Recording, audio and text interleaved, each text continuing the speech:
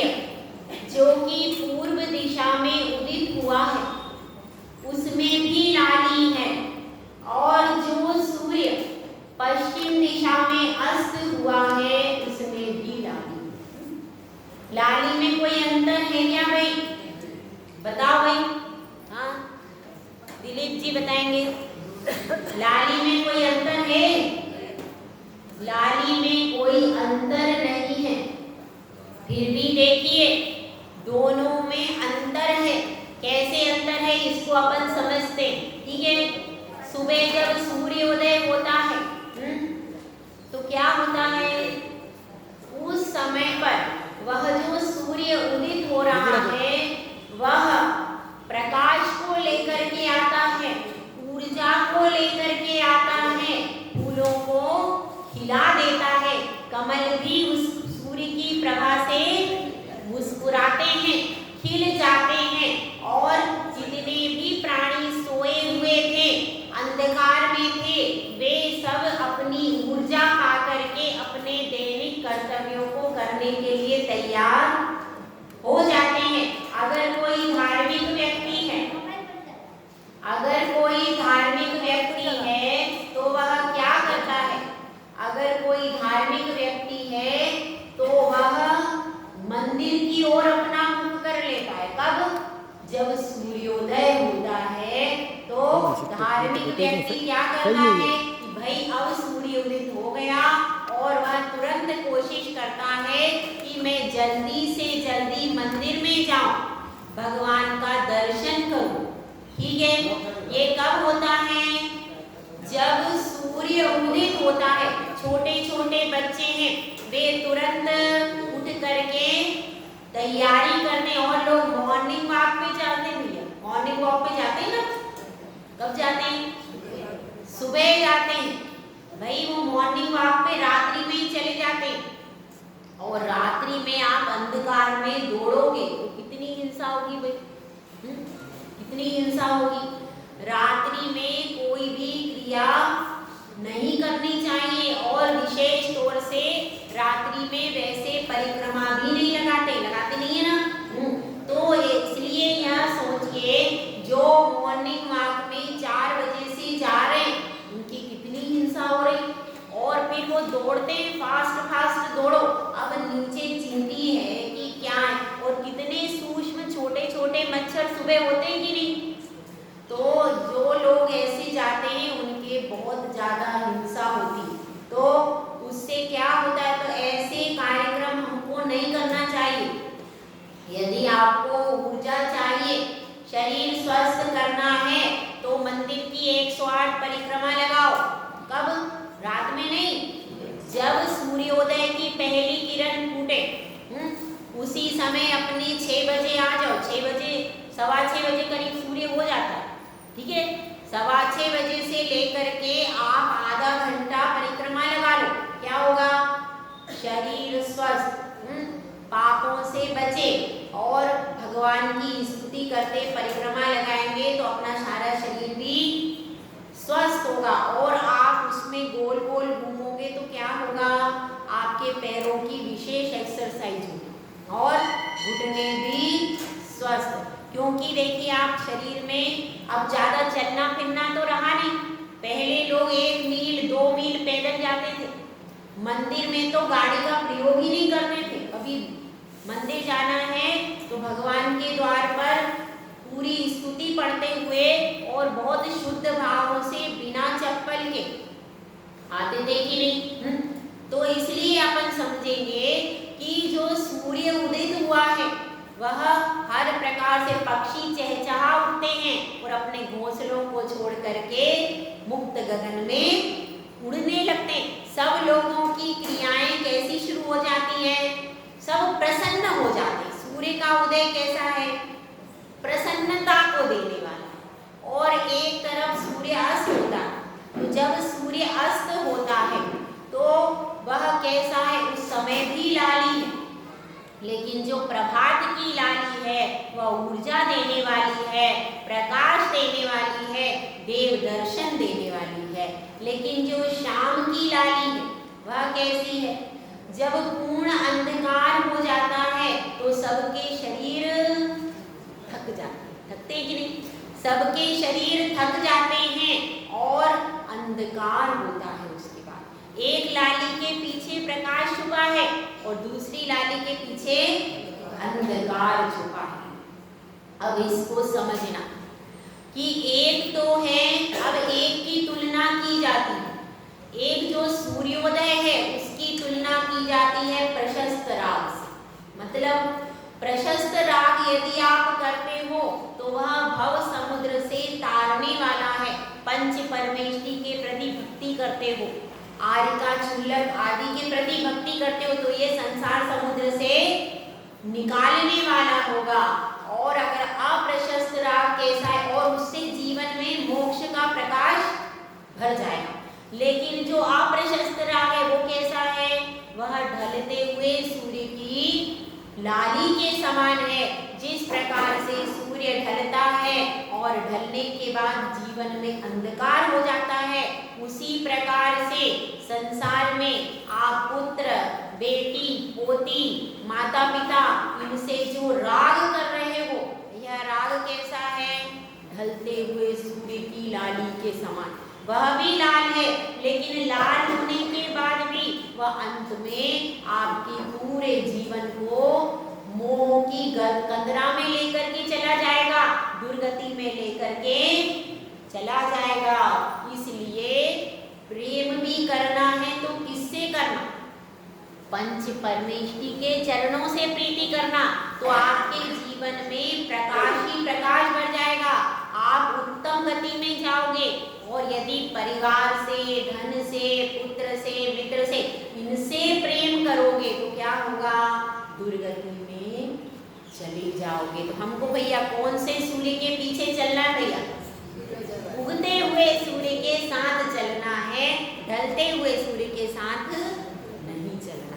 ठीक है, तो अब देखिए अपन सब अभी पढ़ रहे थे सामायिक की बात, क्या आया था? प्रोषदोपवास। ठीक है, अब इसमें प्रश्न किया है किसी ने कि उपवास का मतलब क्या है? शिष्य यह पूछ रहा है कि हे गुरुदेव यह बताइए उपवास किसे कहते हैं? क्योंकि नाना प्रकार की परिभाषाएं यहाँ पर तरह तरह से चल रही हैं लोगों के बीच में। कोई कहता है कि उपवास का मतलब है आप पानी पी लो, कोई यह कह रहा है कि उपवास में क्या करते हैं, दिन भर कैसे रहते हैं, दिन भर भोजन नहीं करते, रात को भोजन कर लेते हैं, रात भर भोजन चालू रहता है। ऐसे भी लोग उसको तप की श्रेणी में गिनते कि नहीं गिनते। कुछ लोग चंद्रमा देख करके भोजन कर लेते हैं, उसको भी उपवास बोलते। चंद्रमा देख करके भी करते हैं लोग, तो वह भी उपवास की श्रेणी में करते हैं। और कुछ लोग केवल अन्न का त्याग करते हैं, दिन भर फल भी पी रहे, चाय भी पी रहे, दूध दिन में कई बार 4-4, 5-5 बार पी रहे हैं और केवल अन्न का त्याग है तो भी उसको उपवास बोल देते हैं। तो वह पूछ रहा है शिष्य कि गुरुदेव इस संसार में भ्रांति की धारणा फैली हुई है। कोई रात में भोजन करता है, अब चांद देखकर भोजन करता है और दिन भर भूखा रहता, उसको भी उपवास कह देते हैं। और कुछ लोग, और इसमें जैन संप्रदाय में क्या होता है कि दिन में तो भोजन कर लेते हैं लेकिन रात्रि भोजन का त्याग कर देते हैं, तो उसको भी 6 महीने का उपवास की गणना की गई है। तो आप ये बताइए उपवास का मतलब क्या है? रात्रि में भोजन किसी ने कर लिया, दिन में नहीं किया, तो क्या उसको उपवास कहेंगे क्या भाई? तो ऐसी लौकिक तरह की धारणाएं पूरे जगत में फैली हुई हैं, तो आप उसका निराकरण करके बताइए कि वास्तव में उपवास किसे कहा जाता है। तो यहाँ पर आचार्य श्री बतला रहे हैं कि जिन शासन में उपवास किसको कहा गया। ठीक है, अपन पहले गाथा पढ़ लेते हैं। पंचानाम पापनाम मलम क्रियारंभ गंध पुष्पाणाम स्नानांजनस्य उपवासे परिहृतिं कुर्यात् पंचानां पापानां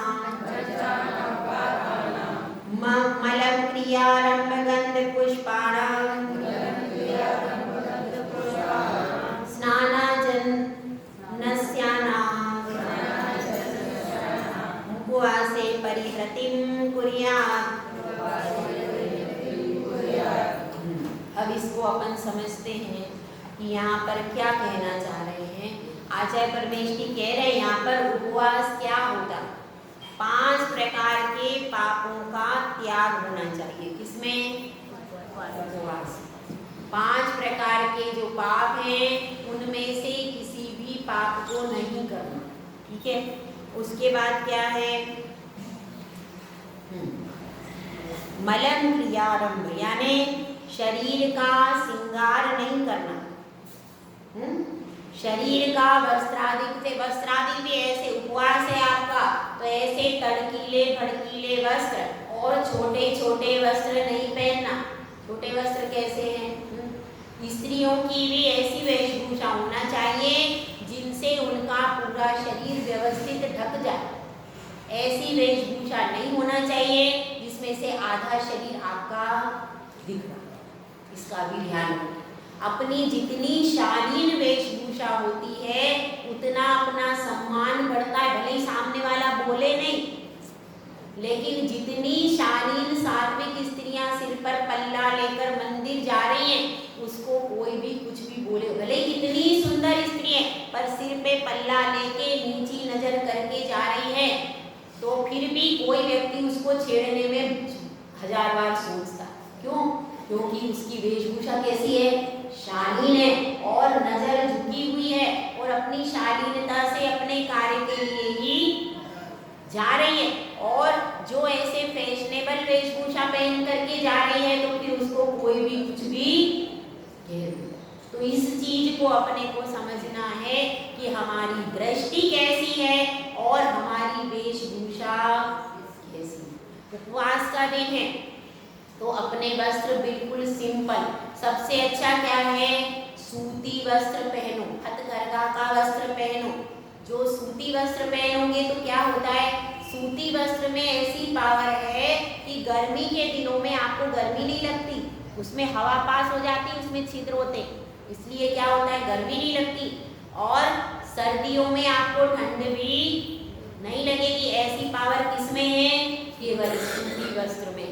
इसलिए आप सिंथेटिक वस्त्रों की अपेक्षा सूती वस्त्र पहनो और हल्के वस्त्र, ज्यादा भारी वस्त्र, क्योंकि उपवास में क्या होगा, शरीर आपका कमजोर हो जाएगा और आपने बहुत महंगी बड़ी बड़ी साड़ी पहन ली तो क्या होगा, आकुलता हो जाएगी। इसीलिए सादा, सिंपल और शालीन वस्त्र जिनसे अपना पूरा शरीर व्यवस्थित ढक जाए।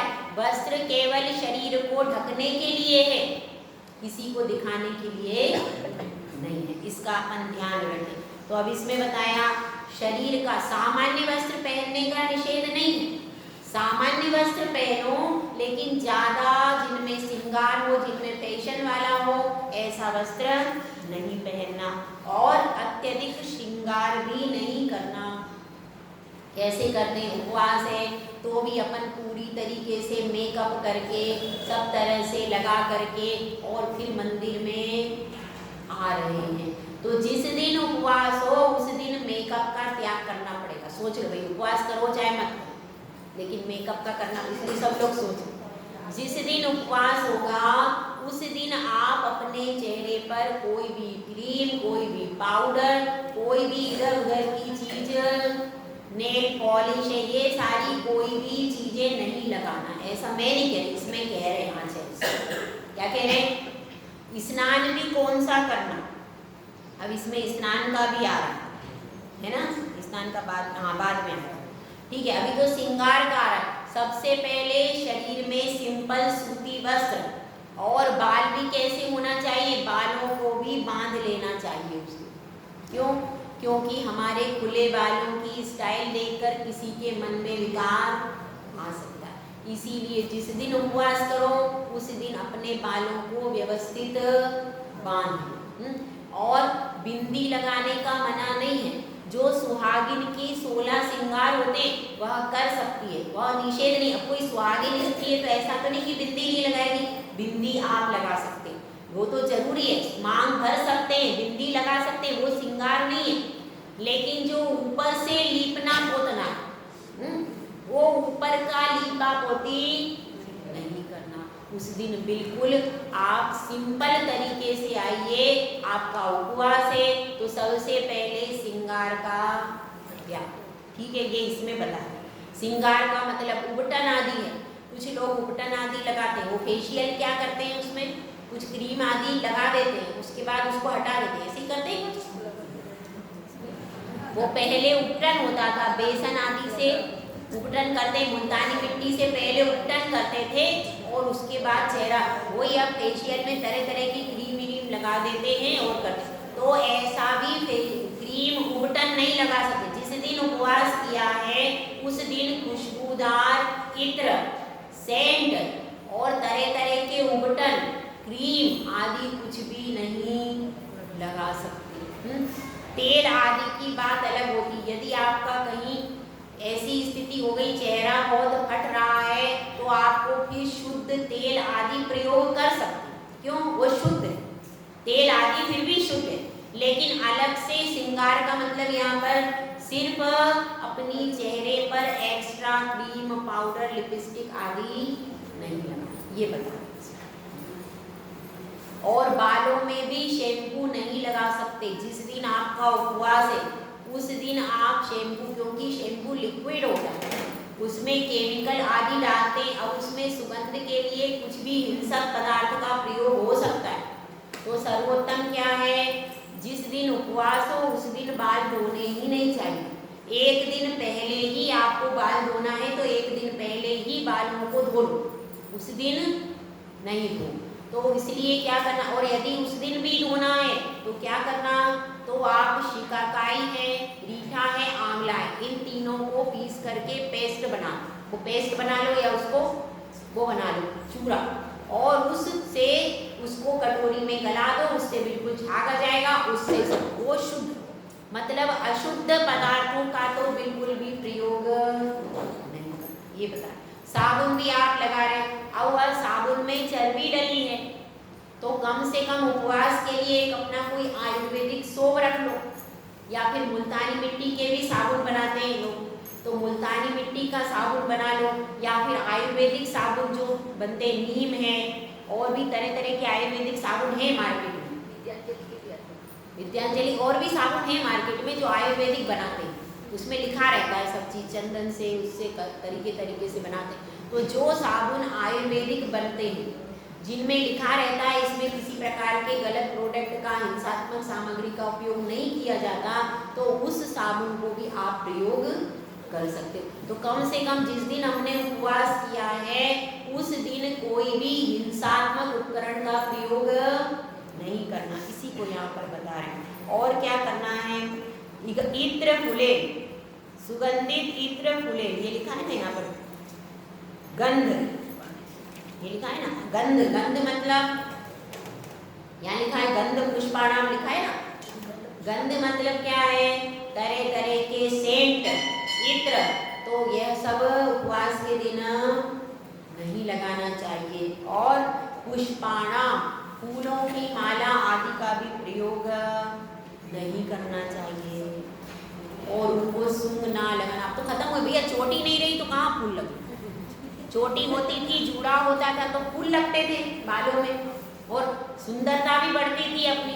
अब तो बालों में बाल ही बंधना बंद हो गए तो चोटी कहाँ लगेगी और फूल कहाँ लगेगा, है ना। अपना वास्तविक पहले क्या फूलों से होता था, पूरी चोटी में छोटे छोटे फूल गूंथे जाते थे, मोती गूंथे जाते थे और फूल गूंथे जाते थे, तो उससे श्रृंगार किया जाता था।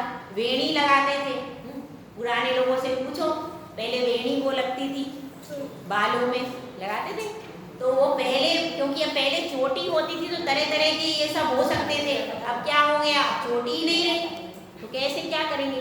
तो पहले के बता रहे हैं कि उस दिन फूलों का श्रृंगार नहीं करना, ये बता। उसके बाद क्या है, स्नान का त्याग, इसको समझ रहे हो। स्नान का मतलब यह है कि आपका सामान्य स्नान उस दिन करना, उस दिन कोशिश ये करना कि अपने को साबुन का प्रयोग एक दिन मत करो। जिस दिन उपवास, सामान्य पानी का मना नहीं है। अगर आपने स्नान नहीं किया तो आप पूजा भी नहीं कर सकते, मंदिर में भी नहीं जा सकते। सामान्य स्नान आप कर सकते, आपको स्नान करना है, जिस दिन उपवास है उसके एक दिन पहले अच्छे से स्नान कर लो, लेकिन जिस दिन उपवास है उस दिन खाली पानी डाल लो और अपने आप चल सकता है। एक दिन सिर्फ पानी की छूट है, पानी में कोई परेशानी नहीं, सादा गर्म पानी से, और लेकिन अनछने जल से स्नान नहीं करना जिस दिन उपवास है, ये भी ध्यान रखना। अनछने जल से, और गीजर वाला जल होता है, गीजर में क्या करते हैं, टंकी से डायरेक्ट आ जाता पानी, और वो फिर पानी आ रहा है आपके शॉवर में, उसमें उससे आप स्नान करें, वो पूरा अशुद्ध। अब शावर में जीव हुए अंदर तो, और ऊपर से टंकी में कितने जीव मर गए, वो आपके उसमें गीजर में आए, फिर गीजर में आपने डायरेक्ट बटन चालू कर दिया, वो पानी गर्म हो गया, कितने जीव मरे उसमें। तो गीजर के पानी से भी स्नान नहीं कर सकते आप, भले ही आप पानी का बताया है, पर पानी कैसा होना चाहिए, या तो अपने पास पहले बाल्टी में उसको छानो, छान लिया, छानने के बाद या तो रॉड से गर्म करो या फिर गैस पे गर्म करो, वो पानी से करो। और ठंडे से करना है तो भी तुरंत छान के 48 मिनट के अंदर स्नान करो। कम से कम उपवास के दिन अनछने पानी का प्रयोग नहीं करना चाहिए, इसका भी ध्यान रखो। तो यहाँ पर यही बता रहे हैं कि सामान्य स्नान करना चाहिए उस दिन। उसके बाद आंखों में काजल नहीं लगाना, ये लिखा है, क्या लिखा है, अंजन, स्नानांजन लिखा है ना। अंजन मतलब आंखों में उस दिन काजल नहीं लगाना। और सुरमा, पहले सुरमा चलता था, सुरमा देखा किसी ने, अब आई लाइनर होता है उसका। अब उस सुरमे का नाम क्या है भाई, आई लाइनर, वो आता है, उसको लगाते हैं, वो ऐसा शीशी में, वो पहले सुरमे का ही रूप, अब वो लिक्विड आता है, शायद आई लाइनर में लिक्विड आता है, सूखा आता है। तो वो उसको क्या करते हैं, पहले सुरमा तो सूखा आता, सुरमा सूखा, लिक्विड नहीं आता था सुरमा, लेकिन अब क्या होता है, अब वो आई लाइनर लिक्विड होता है, और वो आंखों को बहुत नुकसान करता है, आंखें उससे कमजोर हो जाती हैं, आंखों को लिक्विड होता है, उसमें पता नहीं क्या केमिकल्स वगैरह डालते हैं। काजल आंखों को इतना नुकसान नहीं पहुंचा, लेकिन वो जो तरह तरह के लिक्विड फॉर्म में चल गए, तो बाहर बाहर से ऐसा लगाते हैं, तो वह क्या है, वो आई लाइनर आदि भी नहीं लगाना चाहिए, उससे आंखें और कमजोर हो जाती। उसके बाद क्या है, नाक में दवाई डालने अथवा नस से, एक पहले नस से वो आती थी, नस से आती थी, उसको सूंघते थे, क्या बोलते थे हाँ, वो ऐसी सूंघने की आती थी, पहले करते थे, पहले ज्यादातर पुराने लोग सूंघते थे, क्या बोलते थे, तो वो उसको सूंघते थे, लगा लगा के नस निकलते। तो अब उसको तो उसको भी उपवास में नहीं सूंघ सकते। ये क्या क्या करना है, उपवास के दिन 5 पापों का त्याग है, अलंकरण यानी श्रृंगार का त्याग है, और खेती आदि आरंभ जो है, खेती आदि आरंभ जो बताए ना, वो सबका त्याग है। लेकिन अब मेरा प्रश्न है, अब किसने उपवास किया, जैसे लता जी ने उपवास किया, और चंद्रपाल जी ने उपवास नहीं किया, समझ में आ गया, ठीक है। अब लता जी ने उपवास किया है, लेकिन चंद्रपाल जी का उपवास नहीं है, अब क्या करना पड़ेगा, अब भोजन कौन बनाए बताओ, चंद्रपाल जी बना लेते, अब क्या होगा, अब उनको भोजन तो बनाना ही है, तो उस समय क्या करना, जो सिंपल भोजन बनता है वो ही बनाना। ऐसा नहीं अरे आज तो मेरा उपवास है तो आज 2 आइटम एक्स्ट्रा बना लो, 2 मिठाई भी बना ली, 4 नमकीन भी बना लिए, ऐसा जो सिंपल भोजन है, जो जरूरी है, जितना रोज बनता है वैसा ही भोजन आप बना करके उनको दीजिए। ऐसा नहीं आज मेरा उपवास है, दिन भर फ्री हूँ तो नमकीन भी बनाने बैठ गए, 2 घंटे नमकीन में निकल गए, और मिठाई बना ली 2-4, ऐसा नहीं करना। जितना सिंपल, जितना जरूरी है उतना ही भोजन बना करके आप उनको दोगे। इसके अलावा आप कोई अगर पड़ोस में कोई कह देगा कि हमारे यहाँ आ जाओ तो नहीं जा सकते, ये भी ध्यान रखना। अपने घर में अपने आश्रित लोग हैं उनका आप कर दो, लेकिन अगर दूसरे के घर में जा रहे हो तो वो नहीं कर सकते। अपना कर्तव्य, अब जैसे आपने उपवास किया, अब आपका बच्चा छोटा है तो क्या करोगे? उस बच्चे को तो भोजन बना के देना पड़ेगा, बच्चे को देना पड़ेगा, पति को देना पड़ेगा, अपने पारिवारिक सदस्यों के लिए कर देना। लेकिन अगर कोई सहेली बुला रही है तो उसको मना कर देना कि मैं आज नहीं आऊँगी। ऐसा नहीं हो, सहेली बुला रही उसके यहाँ भी भोजन बनाने चले गए, उधर भी चले गए, इधर भी चले गए, ऐसा करोगे तो फिर उपवास का कोई मतलब, इसका ध्यान। तो अपने कर्तव्य को हम कर सकते हैं, लेकिन कर्तव्य के अतिरिक्त, जैसे अब ऐसा है दो जिठानी भी है, दिरानी भी है और बहू भी है और सास भी है, तो अब सासू का उपवास, अब सब परिवार के 3-4 महिलाएं हैं परिवार में, तो भी सास के नहीं ये अच्छा नहीं बनाती, मैं ही बनाऊँ, तो क्या नहीं करना ऐसा।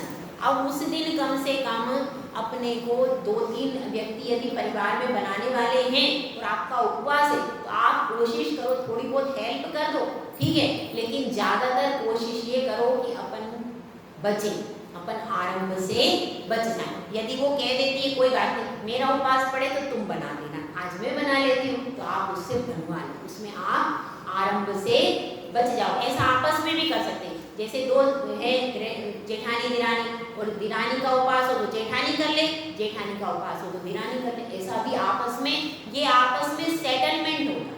तो अपना सेटल, इसीलिए संयुक्त परिवार बहुत अच्छे, क्यों? क्योंकि एक अगर उपवास करे तो पूरे आरंभ का त्याग कर सकता है। कब? संयुक्त परिवार। और अकेले ही हो तो कैसे करोगे? 2 ही जने कैसे करोगे? नहीं कर सकते। लेकिन संयुक्त परिवार में 4 महिलाएं हैं तो एक महिला का उपवास है तो 3 बना के व्यवस्थित कर सकती है काम।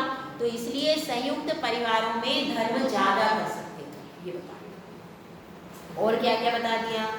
अब इसके बाद इन सब चीजों को नहीं करना चाहिए, समझ में आ गया? तो उपवास के दिन ये सब, और अब आहार, अब ये बात और हो जाए कि खाली चीजों, उपवास में 2 प्रकार के विधान आते हैं। कुछ आचार्य परमेष्ठी तो इसमें हाँ बोलते हैं, कुछ आचार्य परमेष्ठी ना बोलते हैं। तो वो कुल्ला करना, आहार लेना नहीं, कुल्ला कर सकते, कुल्ला में कोई दोष नहीं।